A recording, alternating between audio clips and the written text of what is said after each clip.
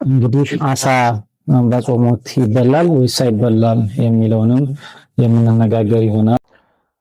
በስመ አብ ወወልድ ወመንፈስ ቅዱስ አሐዱ አምላክ አሜን። መቃባ ከሚልማ ከነፉረ ቁልቁሉ ዋቀዮ ተኮ አሜን። በስመ አብ ወወልድ ወመንፈስ ቅዱስ አሐዱ አምላክ አሜን። በመላው ዓለም የምትገኙ ኦርቶዶክሳውያን በልዑል እግዚአብሔር ፍጹም ሰላምታ ቃል እንደምን አላችሁ? አሜን። ሰላም እግዚአብሔር አይለያችሁ። የእመቤታችን አማላጅነት የቅዱሳን መላእክት ምልጃና ጸሎት ከእናንተ ጋር ይሁን። አሜን። እንግዲህ ያው ጊዜው ትንሽ ቢሄድብንም እንኳን ለአብይ ጾም በሰላም አደረሳችሁ ልላችሁ እወዳለሁ።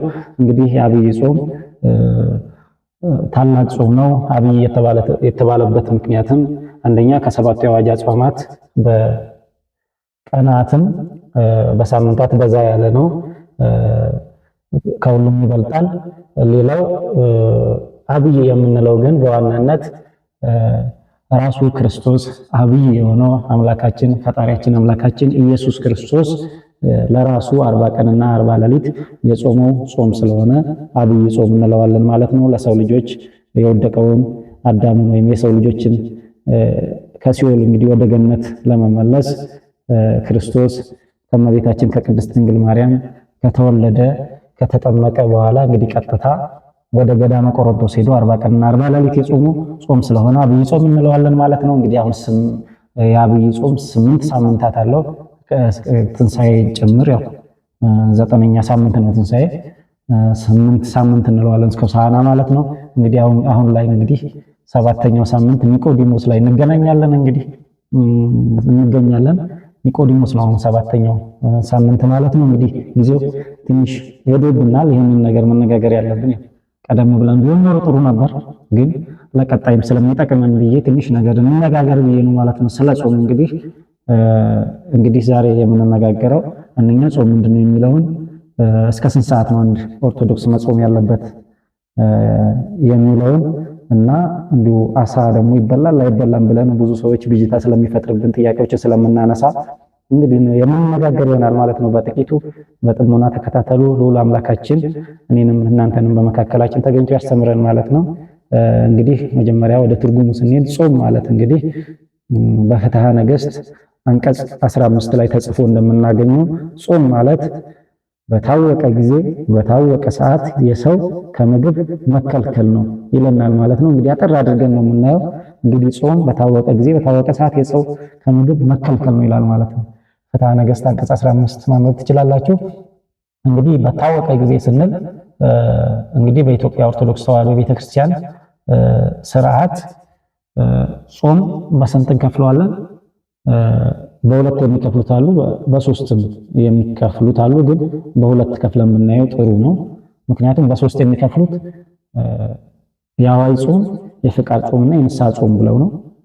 በሁለት ግን ስንከፍለው የአዋጅ ጾምና የፍቃድ ጾም፣ ስለዚህ የንስሐ ጾም የፍቃድ ጾም ውስጥ ይካተታል ማለት ነው። እንግዲህ ከነዚህ ውስጥ ጾም ማለት በታወቀ ጊዜ በታወቀ ሰዓት የሰው ከምግብ መከልከል ማለት እንግዲህ በታወቀ ጊዜ ስንል 7 የአዋጅ ጾማት አሉ። በእኛ ቤተክርስቲያን ወይም በኢትዮጵያ ኦርቶዶክስ ተዋሕዶ ቤተክርስቲያን 7 የአዋጅ ጾማት አሉ። እንግዲህ 7ቱም የአዋጅ ጾማት መቼ እንደሚጀመሩና መቼ እንደሚያበቁ በግልጽ ይታወቃሉ ማለት ነው። ለዛ ነው በታወቀ ጊዜ የሚባለው። በታወቀ ጊዜ የምንለው ያንን ነው ማለት ነው። ያንን ነው ዝም ብዬ አይደለም ማለት ነው። ፍትሐ ነገሥት ላይ የተጻፈው ነው። አንዱ አንቀጽ 15ን አንቀጽ ጾምን አንብቡ ማለት ነው። እንግዲህ የሰው ከምግብ መከልከል የሰው በታወቀ ጊዜ በታወቀ ሰዓት ከምግብ መከልከል ጾም ይባላል ማለት ነው። እንግዲህ ባጭሩ ይሄ ነው ማለት ነው። ጾም ማለት መከልከል ነው ማለት ነው። መከልከል ማለት ደግሞ አድርጉ የተባልነውን ማድረግ፣ አታድርጉ የተባልነውን ደግሞ መተው ማለት ነው። አታድርጉ የተባልነውን አለማድረግ፣ አድርጉ የተባልነውን ማድረግ ማለት ነው። የክርስቶስን ትእዛዝ ማክበር ማለት ነው እንጂ ስለ ምግብ ስለምንበላው ስለ ምድራዊ እንጀራ ብቻ አይደለም። ሰፋ አድርገን ልናይ ይገባል ማለት ነው። ስለዚህ ይሄ ነው ማለት ነው ጾም ማለት። እንግዲህ እዚህ ላይ ዋናው ነጥባችን ምንድነው? እንግዲህ አብዛኞቻችን እስከ 60 ሰዓት ነው የሚጾመው እያልን በራሳችን ህግ አውጥተን እንግዲህ በራሳችን ትርጉም ሰጥተነው እንግዲህ እስከ 6 ሰዓት ነው፣ እስከ 7 ሰዓት ነው፣ እስከ 9 ሰዓት ነው፣ እንደ አቅማችን ነው ብለን የምንጾም አለን ብዙ ጊዜ። ያንን ነው ግልጽ ለማድረግ ያክል ነው። በታወቀ ጊዜ የምንለው የሚጀመርበትና የሚያበቃበት ጊዜ ይታወቃል፣ በግልጽ ተጽፎ ተቀምጦልናል ማለት ነው በቤተክርስቲያናችን ስርዓት። ሌላው በታወቀ ሰዓት የምንለው እያንዳንዱ አጽዋማት እስከ ስንት ሰዓት መጾም እንዳለበት ፍትሐ ነገሥት ላይ በግልጽ ተጽፎ እናገኘዋለን። አንቀጽ 15ን በደንብ አንብቡት ከመጀመሪያ ጀምራችሁ እስከ መጨረሻ ማለት ነው። ስለዚህ የጾም ስለ ጾም ትርጉም ከተናገረ በኋላ አንቀጽ ፍትሐ ነገሥቱ አንቀጽ 15 ላይ ምንድን ነው የሚለው? ስለ ጾም ከተናገረ በኋላ ቀጥታ ሰዓቶችን ይገልጽልናል ማለት ነው። እንግዲህ ለምሳሌ አሁን እየጾምን ያለ ነው የአብይ ጾም ነው። ያው 7ኛው ሳምንት ኒቆዲሞስ ላይ ደርሰናል። እንግዲህ የአብይ ጾም ከሌሎች አጽዋማት ለየት ይላል ብያችኋለሁ። የመጀመሪያው መድኃኒታችን ኢየሱስ ክርስቶስ በደል ሳይኖርበት የሰው ልጅ በበደለው በደል ያን በደል ለማጥፋት ወደ ሲኦል የተጣለውን ነፍስ ወይም ነፍሳት ለመመለስ ከእመቤታችን ከቅድስት ድንግል ማርያም ተወልዶ እንግዲህ በማየ ዮርዳኖስ በዮሐንስ እጅ ተጠምቆ ቀጥታ ወዴት ነው ሄደው? ወደ ገዳመ ቆሮንቶስ ሄዶ 40 ቀንና 40 መዓልት 40 መዓልትና 40 ሌሊት ጾሟል ማለት ነው። 40 ሌሊትና 40 መዓልት ጾሙ ለራሱ ጾም ያሳየን ጾም ነው። አብይ ጾም የምንለውም በዚህ ምክንያት ነው ማለት ነው አንደኛው። ስለዚህ እንግዲህ የመጀመሪያው የአብይ ጾም ሳምንት የመጀመሪያው ሳምንት ጾመ ሕርቃል ወይም ዘወረደ የምንለው የክርስቶስን ከሰማይ ሰማያት መውረድ ከእመቤታችን መወለድ የምናስብበት እንግዲህ እስከ 12 ሰዓት መጾም እንዳለበት በግልጽ ተጽፏል ማለት ነው። እስከ ስንት ሰዓት ነው የመጀመሪያው ሳምንት? እስከ 12 ሰዓት። እንግዲህ ጊዜው ትንሽ ቢዘገይብንም ለቀጣይ ይጠቅመናል ማለት ነው። ለቀጣይ አጽዋማት ይጠቅመናል ማለት ነው። እስከ ስንት ሰዓት ይጾማል ማለት ነው? እስከ 12 ሰዓት መጾም እንዳለበት በግልጽ ተጽፏል። ሌላው ከቅድስት ጀምሮ እስከ ሆሳዕና ያለው ሳምንታት እስከ ስንት ሰዓት ይጾማል? እስከ 11 ሰዓት ይጾማል ማለት ነው። የአብይ ጾም ከሌላው ለየት ይላል። እስከ 11 ሰዓት መጾም አለበት ማለት ነው።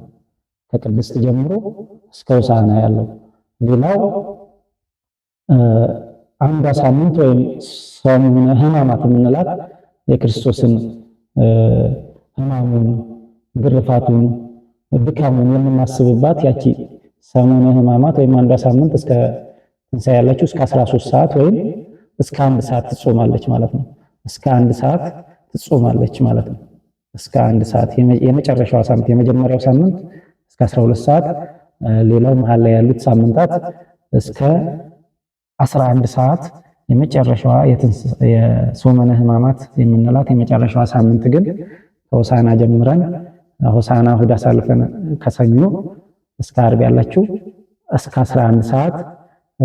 በዛ ላይ ዓርብ ስቅለት ነው፣ ስግደት ነው። ዓርብና በዚሁ ልነግራችሁ የምወደው ነገር እንግዲህ ቅዳሜ አክፍሎት የምንለው ነው።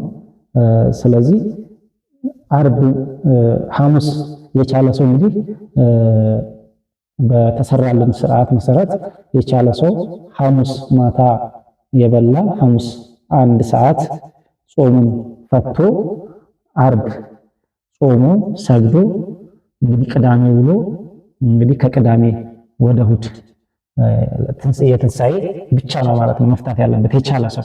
እንግዲህ ምናልባት ይህን ማድረግ ያቃተው ሰው ዓርብ ስግደትን ሰግዶ ማታ 1 ሰዓት ይበላል፣ ቅዳሜ አክፍሎ ይውላል ማለት ነው። ከዛ ጾሙን ይፈታል ማለት ነው። እንግዲህ ሌሊት በዚህ መልኩ ነው ማለት ነው።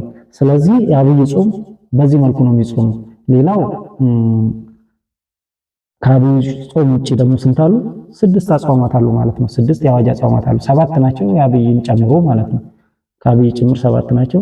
ሌሎች እስከ 6 ሰዓት ነው መጾም ያለባቸው፣ እስከ 9 ሰዓት ነው ማለት ነው መጾም ያለባቸው።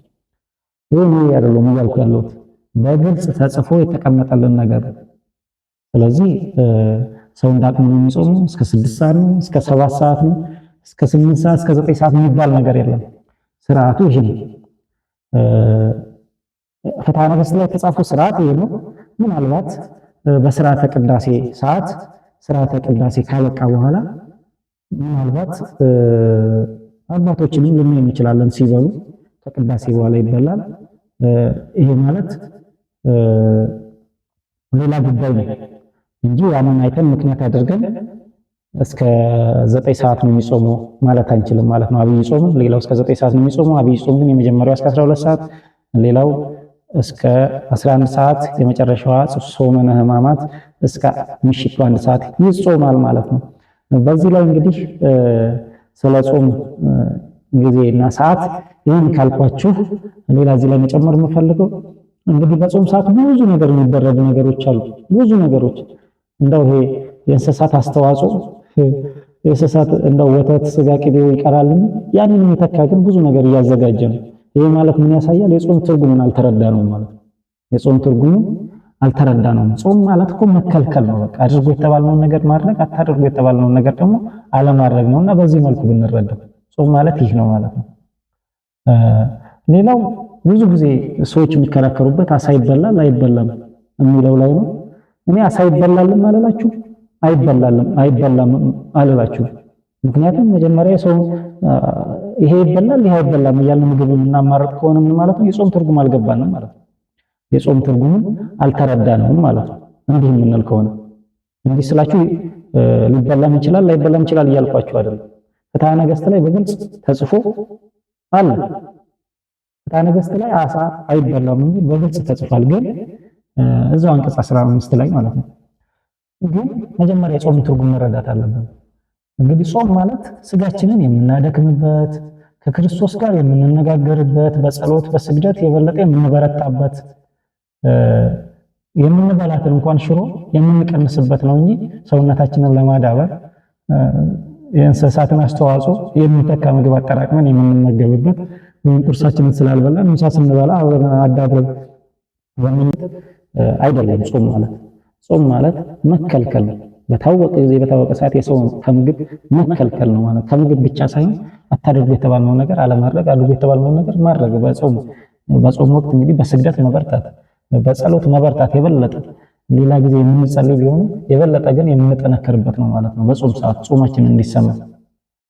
ስለዚህ ጾም ማለት ይሄ ነው። እንግዲህ ጾም ማለት ስጋችንን የምናደክምበት ነፍሳችንን ደግሞ የምናፋፋበት የምናለመልምበት ከሆነ እንግዲህ አሳ ይበላል አይበላም የሚለው ጥያቄ ውስጥ አይገባም ማለት ነው። ይሄ ምግብ የምናማርጥ አሳ ይበላል ወይስ አይበላም የምንል ከሆነ ስለ ጾም አልገባንም ማለት ነው። ስለዚህ ጾም ማለት ይሄ ነው። እንግዲህ ዛሬ ዋናነት የመጣሁት የጾም ሰዓት ልነግራችሁ ነው። ሌላው እንግዲህ የጾም ሰዓት ይሄ ነው። ሌሎች አጽዋማት እስከ 9 ሰዓት እንደሚጾሙ ግልጽ ነው። ከዛ ውጪ ግን እንዳቅማችን ነው። እስከ 6 ሰዓት ብንጾም ችግር የለውም። እስከ 7 ሰዓት የሚባል እንዳቅማችን የሚባል ነገር የለም። እንዳቅማችን የሚባል ነገር የለም። ምናልባት ከአቅም በላይ ሆኖ በሆስፒታል ሆኖ በእጃቸው መብላት የማይችሉ ምግብ ከእጅ ወደ አፍ ማለት የማይችሉ ከአቅም በላይ የሆነባቸው ከንስሐ አባታቸው ጋር ተነጋግረው ለምሳሌ በግሉኮስ የሚቆዩ ከሆነ ያልፈቀድ ይችላል እንጂ ስለወለዱ አይጾምም፣ አቅም የሌለው ሰው አይጾምም የሚባለው ነገር ከስርዓት ውጭ እንደሆነ እንድትገነዘቡት ነው። እኔ ልዘረዝርላችሁ አይገባም። ይሄ ግልጽ ስለሆነ ማለት ነው። ይሄን ካወቅነው ስለ ጾም ትርጉም መጾም ያለብን ማለት ነው። ተረድተን ነው እንጂ መጾም ያለብን ምክንያት እየደረደርን ጾም ልናፈርስ ልንሽር አይገባም ማለት ነው። እንግዲህ ጾም ማለት እንዲህ ነው። ልዑል አምላካችን ለብርሃነ ትንሣኤው በሰላም ያደርሰን። ዘጾም ወጸለየ ወሰአለ ዘጾም ወጸለየ ወሰአለ እሙነ የነስሴቶ እሙነ የነስሴቶ እሙነ የነስሴቶ እሙነ የነስሴቶ አንሶ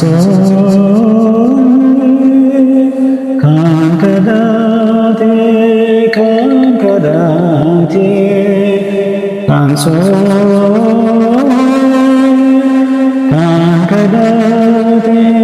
ካንከዳቴ ኦጎማ በቴ ቤቴሳኒ አርገታ ንቡና ቤቴሳኒ አርገታ ንቡና ቤቴሳኒ አርገታ ንቡና ቤቴሳኒ አርገታ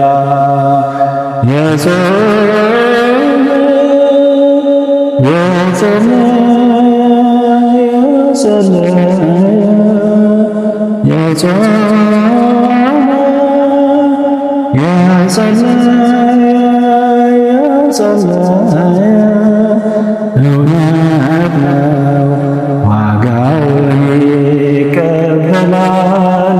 እውነት ነው ዋጋውን ይቀበላል።